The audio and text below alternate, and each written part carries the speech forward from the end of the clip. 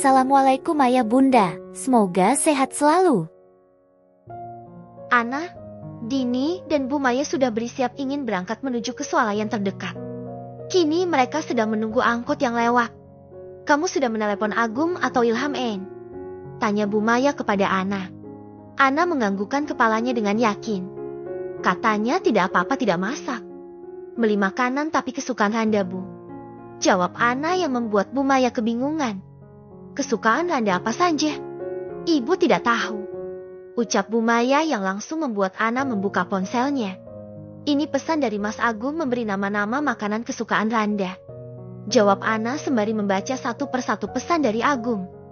Bu Maya pun juga ikut melihatnya dan betapa terkejutnya dirinya saat mengetahui banyaknya makanan yang Randa inginkan. Banyak banget.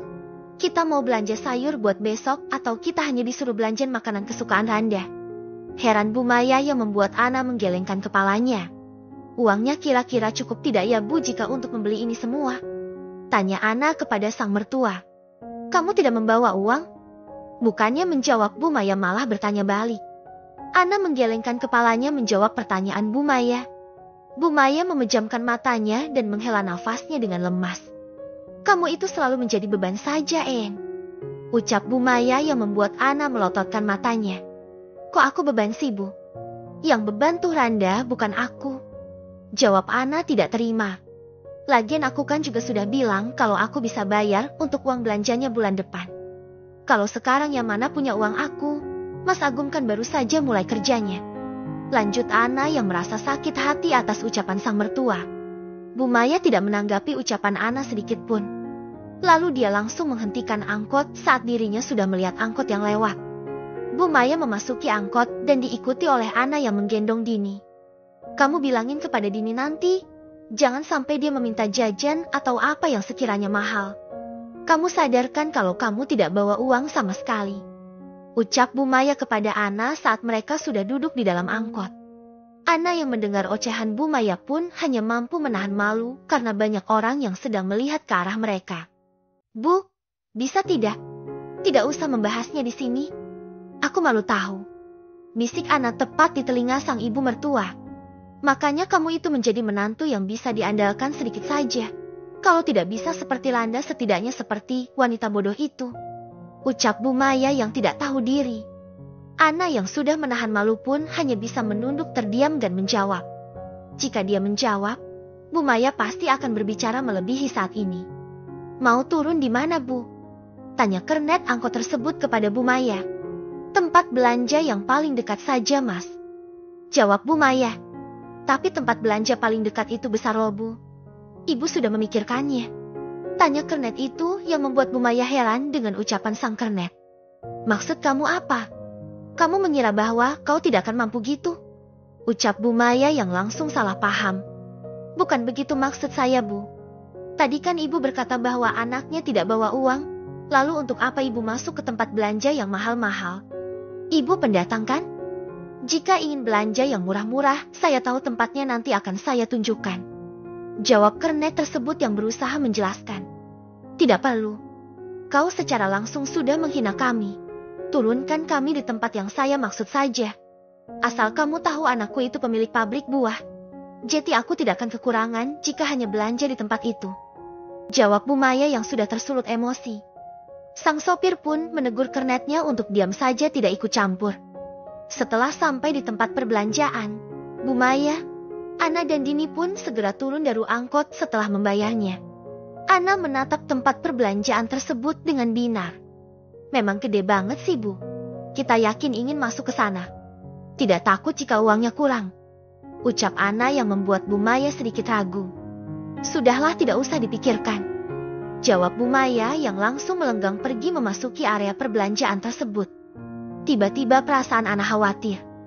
Dia takut apa yang dilakukan oleh Bu Maya tempo lalu itu akan terulang lagi. Tapi mau tidak mau dia juga harus mengikuti kemana sang ibu mertua melangkah sembari menuntut Dini. Ketika sudah memasuki area dalam, Bu Maya dan Ana dibuat kebingungan mencari tempat sayur dan buah-buahan berada. Mereka merasa menyesal karena nekat berbelanja sendiri tanpa bersama Randa karena belum terbiasa. Kenapa isinya hanya tempat bermain anak? Di mana tempat belanja bahan dapurnya?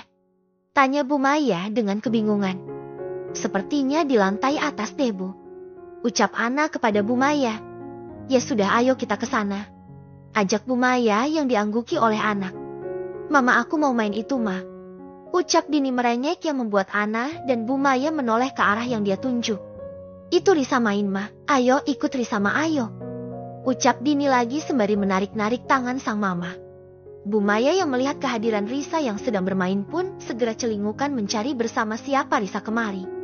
Dan benar saja dia menemukan Bu Dinar yang sedang duduk sembari menatap ke arah sang cucu. Bu Maya langsung berjalan mendekati Bu Dinar. Ana yang melihat sang ibu mertua berjalan meninggalkan dirinya pun segera mengikuti kemana perginya sang ibu. Permisi Bu Dinar. Wah, tidak sengaja bertemu di sini rupanya. Sapa Bu Maya dengan angkuhnya. Bu Dinar menatap ke arah Bu Maya dan Ana serta Dini yang baru saja sampai di hadapannya dan menegur dirinya. Oh, Bu Maya dan Ana, kalian juga ada di sini rupanya. Jawab Bu Dinar dengan bersikap biasa saja. Bu Dinar sendirian di sini? Tanya Bu Maya dengan basa-basi. Tidak, saya bersama Risa. Itu dia sedang bermain. Jawab Bu Dinar sembari menunjuk ke arah Risa. Bu Maya menoleh ke arah Risa ketika Bu Dinar menunjukkan jarinya. Kebetulan sekali Risa bermain, kalau begitu kami titip Dini ya Bu Dinar. Biarkan Dini juga ikut Risa bermain. Ucap Bu Maya dengan tidak tahu malunya. Hal itu membuat Bu Dinar heran mendengarnya. Memang kalian mau kemana? Bukankah ada Ana yang bisa menunggu Dini? Kenapa harus dititipkan kepada saya? Tanya Bu Dinar kepada Bu Maya. Kami ingin belanja kebutuhan sehari-hari Bu Dinar. Dini ingin bermain permainan yang sama seperti Risa. Kalau Ana yang menunggu Dini, lalu saya siapa yang akan membantu nanti? Jawab Bu Maya masih dengan sikap tidak tahu dirinya. Ya, ajak saja Dini untuk belanja terlebih dahulu lalu ajak kemari lagi kalau selesai. Jawab Bu Dinar dengan santai. Bu Dinar tidak ingin membantu kami. Bu Dinar lupa bahwa Bu Dinar pernah menitipkan putri ibu di rumah saya. Bahkan dia menumpang di rumah saya tanpa saya minta bayar sepeser pun. Kenapa hanya kami mintai tolong untuk menjaga Dini sebentar saja Bu Dinar tidak mau? Lagian ingat dong, Risa itu cucu saya. Dia tidak akan lahir jika tidak ada putra saya. Risa juga cucu Bu Dinar. Dini pun juga sama cucu saya, ya otomatis Dini juga menjadi cucu Bu Dinar lah. Kan sama-sama saudaranya Risa. Gitu saja perhitungan. Lagian jika bermainnya berdua itu bisa menghemat biaya Bu Dinar. Jadi Bu Dinar bisa membayar satu permainan saja walau yang bermain 2 orang. Ucap Bu Maya yang benar-benar tidak tahu diri. Bu Dinar yang mendengar ucapan Bu Maya pun dibuat semakin heran dan tidak tahu apa maksud dari ucapan Bu Maya tersebut. Jadi maksud Bu Maya itu, ibu menitipkan Dini kepada saya agar saya juga membayar permainan Dini gitu? Tanya Bu Dinar meyakinkan. Bu Maya mengangguk dengan santai. Kenapa tidak? Kan sama-sama cucu kita. Jawab Bu Maya dengan santai. Cucu saya itu hanya Risa. Dini bukan cucu saya. Sejak kapan dia menjadi cucu saya? Tanya Bu Dinar dengan nada tegas yang membuat Bu Maya dan Ana terdiam sedikit merasa takut. Tapi Risa anak Ilham. Dan Dini keponakan Ilham itu sama saja kan artinya. Kenapa harus dibawa rumit sih, Bu? Heran deh. Jawab Bu Maya dengan kekeh. Di sini yang membuat rumit itu Bu Maya sendiri. Kami sudah tidak ada hubungan apa-apa lagi. Memang benar Risa itu putri Ilham. Tapi apa Ilham pernah menganggap Risa putrinya? Siapa yang dianggap Ilham sebagai putrinya? Risa atau Dini? Seharusnya dari situ Bu Maya sudah paham, bukan? Lagian jika menyangkut putri saya yang Anda bilang menumpang di rumah Anda, di sini akan saya perjelas. Saya akui saya tidak pernah mendengar putri saya bercerita tentang uang bayar sewa rumah kepada Bu Maya.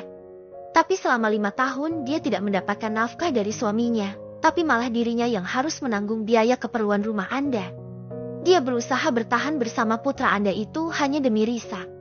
Tapi apa yang Anda dan putra Anda balas? Adakah kata terima kasih kepada putri saya? Jelas tidak. Yang ada Anda malah memanfaatkan itu semua dan menjadikan putri saya babu di rumah Anda. Apa itu layak disebut putri saya hanya menumpang di rumah Anda? Ucap Bu Dinar panjang lebar yang membuat Bu Maya dan Ana terdiam tak bisa menjawabnya. Kurasa saya dan Anda sudah sama-sama menjadi ibu. Jadi masalah seperti itu Bu Maya seharusnya bisa memikirkannya. Lanjut Bu Dinar sembari berjalan pergi meninggalkan Bu Maya dan Ana yang masih diam. Sika tidak anak tidak ibu sama-sama sombong. Mentang-mentang menjadi orang kaya saja seenaknya bicara seperti itu kepada kita. Gumam Bu Maya saat melihat kepergian Bu Dinar dari hadapannya. Lihat saja, tidak akan kubiarkan Ilham kembali kepada putrinya yang tidak laku itu. Pasti jika sudah mengetahui bahwa Ilham memiliki jabatan yang tinggi di pabrik Randa, Nia akan menyesal dan meminta Ilham untuk kembali. Aku pastikan itu tidak akan terjadi. Lanjut Bu Maya yang masih bergumam. Kenapa kamu diam saja, En? Kamu tidak dengar bahwa kita dihina seperti itu oleh ibunya Nia? Tanya Bu Maya yang membuat Ana terkejut karena memang dia sedari tadi diam tidak ingin ikut campur. Dengar kok Bu, tapi aku bingung saja karena tidak tahu harus berkata apa. Semua ucapan ibu itu benar hingga aku bingung ingin ikut campur bagian yang mana. Jawab Ana berbohong agar sang ibu mertua tidak marah-marah kepadanya. Sika dasar tidak berguna. Percuma kamu ikut ibu kemari. Ya sudahlah ayo. Gendong anakmu agar tidak lari dan tiba-tiba memainkan permainan siapa nanti yang bayar. Celoteh Bu Maya membuat Ana gondok. Ana dengan segera menggendong sang putri yang sudah menangis. Lalu melangkahkan kakinya mengikuti langkah sang mertua. Sika kalau bukan karena ibu Mas Agum dan aku cinta mati dengan Mas Agum sudah kubunuh dirinya. Batin Ana yang berjalan di belakang Bu Maya. Tidak ada percakapan lagi di antara keduanya selama berjalan menuju ke lantai 2. Ana yang sibuk menenangkan sang putri dan Bu Maya yang sibuk melihat-lihat isi swalayan tersebut. Kamu bisa tidak sih menenangkan anakmu? Berisik sekali Ana. Ucap Bu Maya yang geram karena sedari tadi dia mendengar renyekan Dini yang tidak ada hentinya. Ana hanya bisa diam saat sang ibu berkata seperti itu. Kamu bisa diam tidak Dini? Kalau tidak nenek tinggal di sini nanti. Ucap Bu Maya sedikit membentak Dini. Dini yang dibentak pun menahan isak tangisnya karena merasa takut dengan sang nenek. Bu bisa tidak? Tidak usah membentak Dini seperti itu. Kau tegur Ana yang gondok dengan ucapan sang ibu mertua. Makanya kamu sebagai ibunya harus bisa membuat Dini tidak berisik seperti itu. Jawab Bu Maya sewak. Bu Maya mengambil keranjang untuk tempat belanjaan mereka. Kamu bawa ini. Ucap Bu Maya sembari memberikan keranjang yang dia ambil tadi. Ana menatap tidak suka ke arah Bu Maya. Bu tolonglah ini aku sedang kerepotan dengan Dini. Masa iya aku juga harus mengurusi belanjaan sih? Ucap Ana mengeluh dengan tingkah sang ibu. Kamu suruh saja Dini berjalan. Tapi kamu tuntun agar tidak kemana-mana dan mengambil makanan begitu saja. Jawab Bu Maya dengan acuh dan segera memilih beberapa bahan makanan yang ingin beliau beli. Ana yang melihat tingkah Bu Maya pun hanya bisa menahan kesal saat diperlakukan seperti itu. Kini Nia sedang berada di sebuah toko bunga yang cukup terkenal di kota tersebut. Nia celingukan mencari bunga yang menurutnya cocok untuk hiasan taman di kafe miliknya. BRUGHH. Ah maaf aku tidak sengaja. Ucap Nia menganggantung saat melihat siapa yang dia tabrak itu. Om Hamdi. Gumam Nia lirih yang masih dapat didengar oleh laki-laki yang disebutnya Om Hamdi tersebut. Om Hamdi pun melihat dan melotot matanya terkejut saat mendapati bahwa yang beliau tabrak itu adalah Nia. Dengan segera tanpa banyak bicara, beliau langsung pergi meninggalkan Nia begitu. Om Hamdi, tunggu. Teriak Nia saat melihat Om Hamdi berlari pergilah. Dia segera mengejar kemana perginya Om Hamdi tersebut. Om Hamdi yang dipanggil oleh Nia pun tak menghiraukannya dan lebih memilih untuk terus berlari menghindari Nia. Nia yang merasa lelah karena mengejar Om Hamdi pun berhenti dan mengatur nafasnya. Kenapa Om Hamdi harus lari sih? Gumam Nia dengan nafas yang tersengal-sengal. Aku harus menelepon Chandra dan Nio. Lanjut Nia lalu pergi berjalan menuju ke mobilnya. Di dalam mobil dia melakukan panggilan Grab untuk kedua laki-laki yang ingin dia hubungi. Halo kak, kenapa nih? Sapa Nio yang mengangkat panggilan Nia terlebih dahulu. Kita tunggu Chandra dahulu. Dia kemana? Kenapa lama banget mengangkatnya? Jawab Nia tidak sabar ingin bercerita. Kenapa sih kak? Kok sepertinya ada yang penting banget ingin dibicarakan? Tanya Nio yang semakin penasaran dibuatnya. Nia ingin menjawab tetapi terpotong oleh ucapan Chandra yang baru saja bergabung. Maaf aku baru mengangkatnya. Karena tadi ada kesibukan sebentar, ucap Chandra yang tiba-tiba. Itu tidak penting.